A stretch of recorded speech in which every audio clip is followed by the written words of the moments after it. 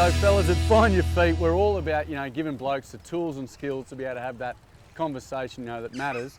Haydos, you're here on the tractor, and Roothy, you got the spanner there. What are some of the tools you blokes use when a mate might need a yarn? Oh, it's not that hard, is it? I mean, you got to ask them a couple of questions. They got to use this a little bit, then you got to use these a lot. Hey, you need to listen. That's all you do. I think you need to read your mates too. Like some people like surfing, like yourself, Tommy. You and I go for a surf together. Others are like just hanging out, maybe having a couple of beers or sitting around a fire.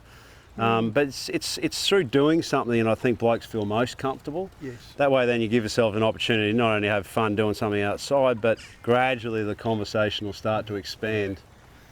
Good fire, night out in the bush. A lot of my mates just like to get away from it all, and that's when they'll loosen up. Yeah, perfect. So the takeaway message from Find Your Feet is, kick back, don't take it too hard. Don't try and be the fixer, really, Just listen, be there for your buddy.